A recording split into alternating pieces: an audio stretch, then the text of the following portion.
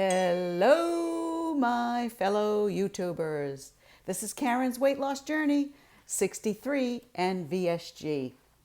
Well, my sister wives, Slow and Steady, those are their names, they found me.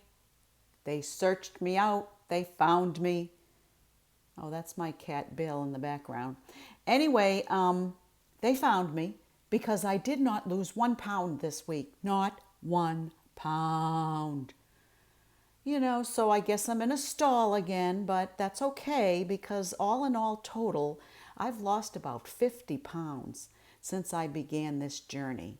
So I'm very grateful for that. I'm 5 foot 5 inches tall. My surgery was April 30th, 2019.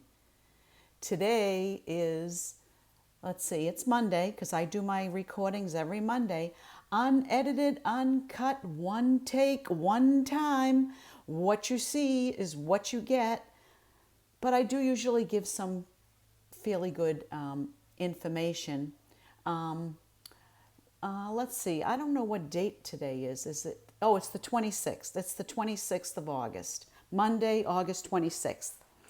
Anyway, here are my little factoids for today.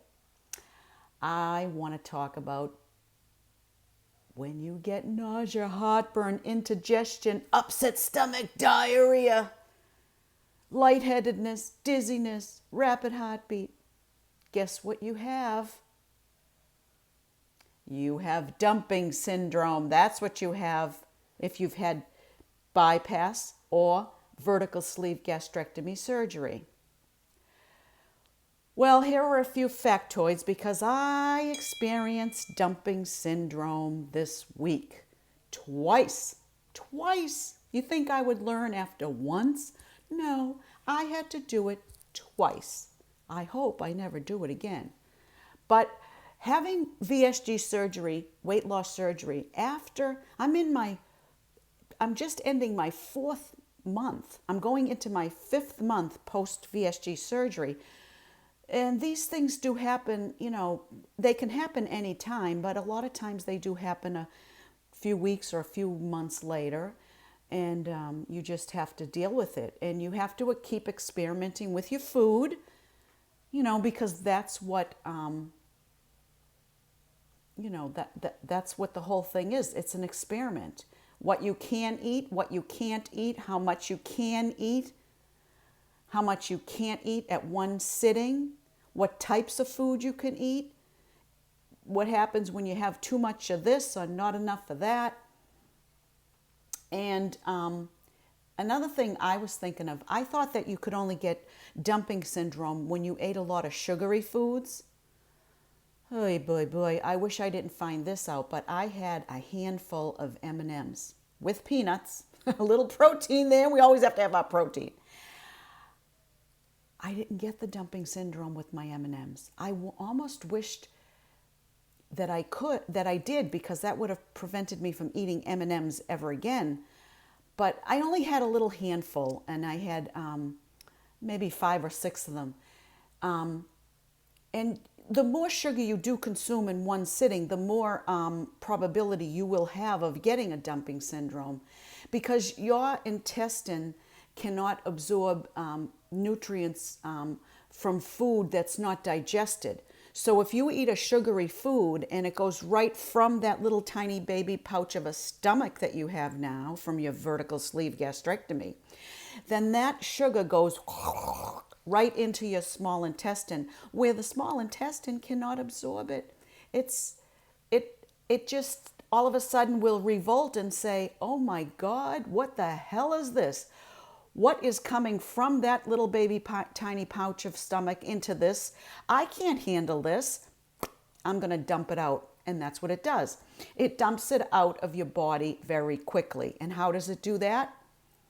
Well, it either makes you nauseous, or you have to have a real rush to the bathroom. It can do it in 10 minutes after you've put this in your mouth. It can do it in 1 to 3 hours after you've put it in your mouth.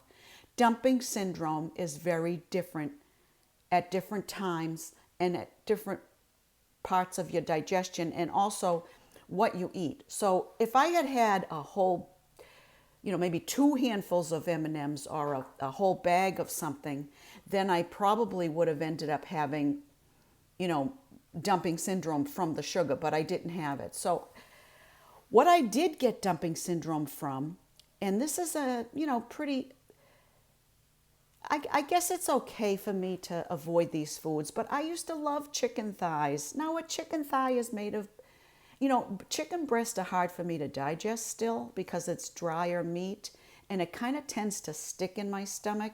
I can actually digest a little piece of steak as long as I chew it up my 30 times. I can usually digest a steak better than I can digest a piece of chicken breast. But at this one time, I made chicken thighs, and it wasn't so bad. I ate one chicken thigh right out of the oven, and that wasn't too bad.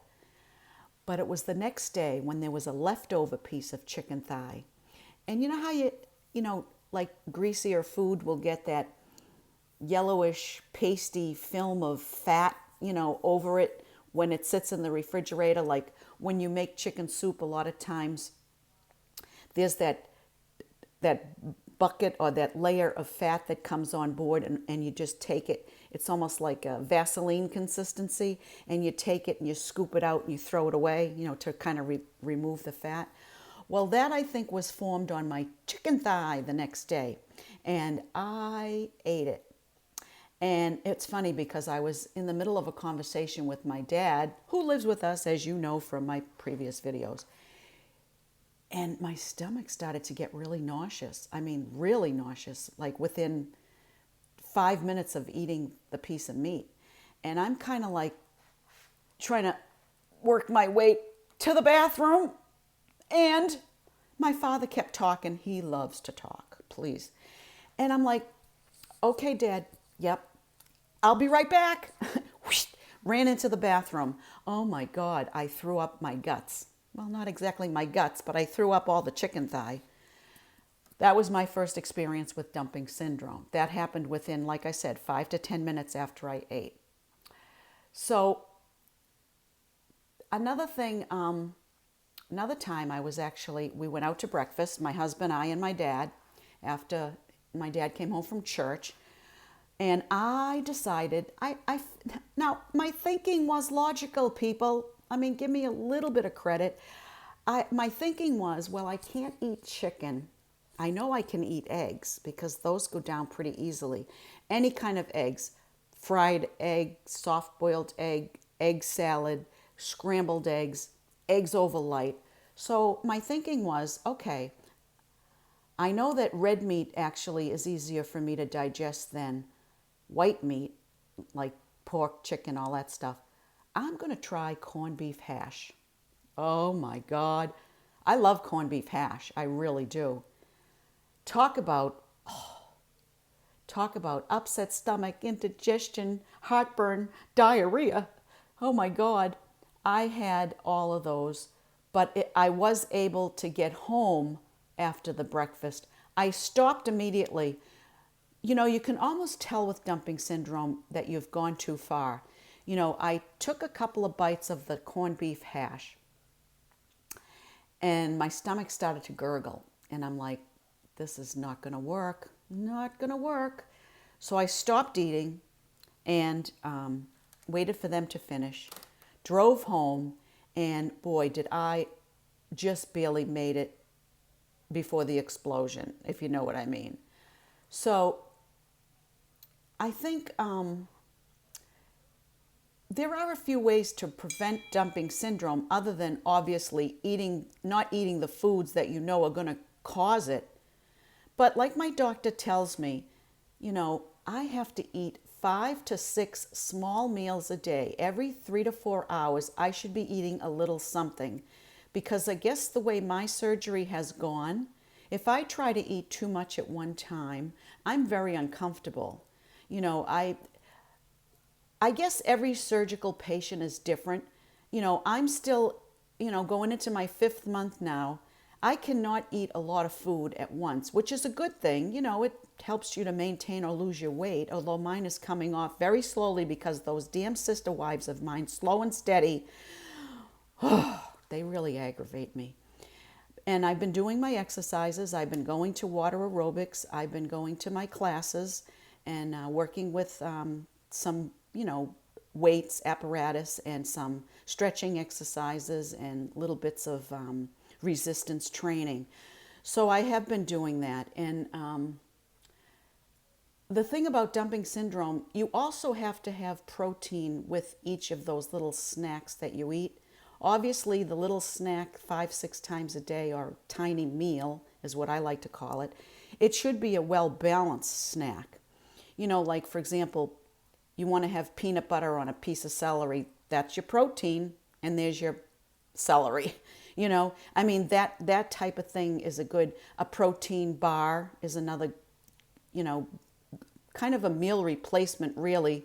But what I do in the afternoon, I eat a very little lunch. I don't eat any breakfast usually. I just have coffee mixed with a protein shake. And that I know, I use my Premier Protein, and I know that in the morning within the first hour of getting up, what I do is I drink 24 ounces of water with my vitamins.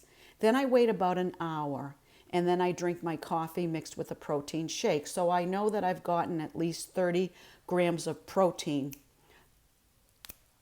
Oh, I can't snap. Anyway, right off the bat. And so that's good. So then I usually don't eat a solid piece of food until lunchtime. Lunchtime, what I've been doing is I've been having the protein and the carbs. I've been having like a grilled cheese sandwich on low carb bread. That goes down really easily. I cut it up into quarters, and I usually can eat at least 3 of the 4 quarters of the sandwich. So that's a good amount for lunch. During the afternoon, late before dinner, I tend to have my protein snack, maybe sometimes with a glass of milk or some more water. And I have like any kind of protein snack, a Kind bar, Simply Protein. There's a million of them out there, so I do have one of those. And then for supper, actually, I haven't been really eating that much dinner. Sometimes I'll try to get like a healthy choice down, or some kind of a meal that's very low amount of anything. My dinner is kind of like the worst meal of my day. By the time the end of the day comes, I'm really not that hungry. And I usually end up eating another snack, like peanut butter and another piece of low-carb bread, or another protein bar. And see, I know I'm making a mistake, people. I know I'm making a mistake because I'm not eating my veggies. I love veggies, but I don't seem to be able to find a time to eat them. So this week's journey is going to be trying to identify the amount of food I can eat to include vegetables. That's a big fault of mine. I have to include vegetables. So that's my lesson this week. Include your vegetables. If you're going to avoid dumping syndrome, you have to recognize what foods will give it to you. Everybody's different. The dumping syndrome is not fun. I'm telling you, I had 2 different types of symptoms this week of dumping. I had the right away dumping where I had to run to the bathroom and throw up. I had the other delayed dumping where I had to go rush to a bathroom about an hour after I ate. I also had a third kind of dumping. Actually, I went out for a salad. It was a chef salad with a friend of mine. I think I ate just a bit too much because I was overstuffed. I don't know why I don't learn my lesson, but I was overstuffed. And when I was walking to the car, back to the car to drive home, I opened the door and I got like wicked dizzy and my heart started racing. And I thought I was going to have to ask my friend to get behind the wheel and drive home. But what I did was I got into the car quickly. I threw the air conditioner on. I took a couple of deep breaths, and she looked at me. She said, "Are you okay? You look awful pale." I said, "No, just give me a minute. This'll pass. I'm just a little dizzy." I would never drive when I was feeling like that. Never. Don't ever drive when you're dizzy because that's driving impaired. So I waited for it to pass, and thank goodness it passed within 5 minutes. Otherwise, I would have had her drive me home. So those were the dumping syndromes that I've experienced this week. Not fun, not pleasurable. Don't want to have that happen again. I will talk to you next week because I've blabbed a little bit too long. Next week will be my last day of recording before I actually go on my vacation up to New Hampshire. Next weekend might be a little bit of a challenge for me to do any kind of recording because right now they say there's a big storm down in the Caribbean that might be coming right up through Florida where I live. So I'll keep an eye on that. Until then, though, you take care, my YouTubers. Be kind to each other. Be thoughtful. Show empathy. Less hate, more love, because I love YouTubers. You take care. Bye-bye.